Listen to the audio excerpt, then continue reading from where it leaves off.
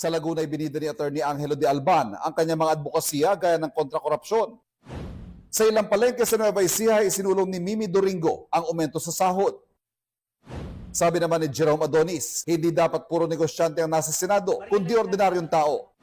Ang pagkakaroon ng progresibo at makamasang transportasyon ang inilatag ni Modi Floranda.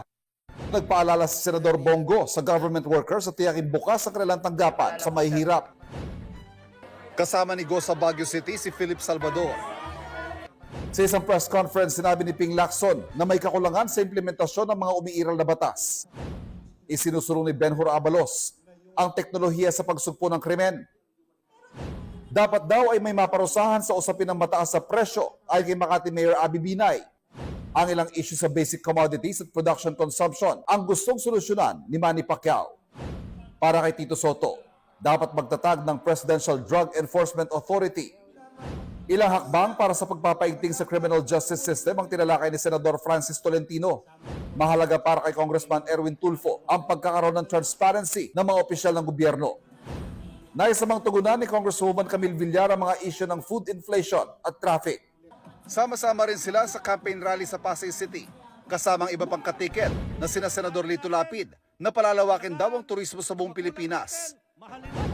Senadora Amy Marcos na isusulong ang murang bilihin at disenteng trabaho. Senador Bong Revilla na paglalaban daw ang karapatan ng lahat. At Senadora Pia Cayetano na binigyan din ng pagbibigay ng maayos sa kinabukasan para sa pamilyang Pilipino.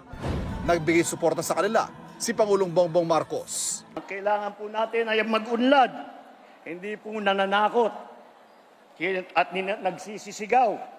At ang kailangan po natin ay solusyon, hindi po ang mga maiinit at maanghang na salita na wala namang kinalaman at wala namang kabulong.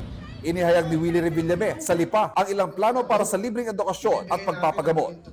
Sinabi ni Marval Buena na hahanap siya ng solusyon sa epekto ng tumataas sa presyo ng petrolyo. Layon ni Leandro Verceles na magbigay ng world-class edukasyon sa mga kabataan. Isinusulong ni Ernesto Arellano ang pantay-pantay na oportunidad para sa bawat mamamayan. Sa Cabuyao, Laguna, iginiit ni Ariel Querubin na dapat labanan ng korupsyon. Sa isang universidad sa Cagayan de Oro, idiniin ni Bam Aquino ang kahalagahan ng free college law. Issue on political dynasty. Unfortunately, hindi pa po kumikilos ang Kongreso at saka Senado. Yung po yung sinasabi doon. Kaya nga po, hanggang wala pa pong batas tayo, meron ho talagang ganito, may mangyayari ho ganito. Ngayon, my question before I'll give it to my colleagues here, susuportahan definitely. Bakit ko hindi susuportahan? I guess lahat po kami susuportahan ho namin yun. That's for sure. Former Tourism Secretary and first nominee of the Turismo Party List, Wanda Teo Tulfo, condemned the petition, adding they are not violating any law. Ben Tulfo, who is also seeking a Senate seat, issued a challenge to anyone who can prove that he is not a Filipino. Erwin, Wanda, and Ben are siblings. Pilipino ako. Patunayan nyo na hindi ako Pilipino. Kung hindi nyo kayang patunayan, puro haka-haka, this is what I'm going to tell you. Read my lips. Shut up. Wala kasing enabling law or batas galing sa Kongreso na nagde-define ng party list except for SK, no?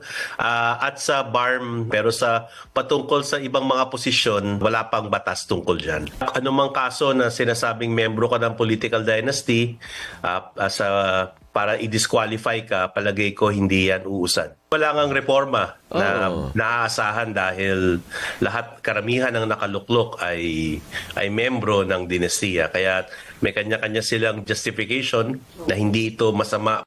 Kung sakasakali po na hindi madesisyonan on time ang kanilang kaso at sakali pong sila ay mahalan o kaya naman meron ng proklamasyon at pagkatapos meron pang assumption at nakapanumpan na ay wala po tayong magagawa kung hindi i-dismiss ang kaso sapagkat mawawalan po ng jurisdiction ang COMELEC. Kapag po nagkaganyan, yung tinatawag na proclamation, oath, at saka assumption, ang jurisdiction po ay mapupunta na sa Senate Electoral Tribunal kapag ang posisyon ay senador at House of Representatives Electoral Tribunal.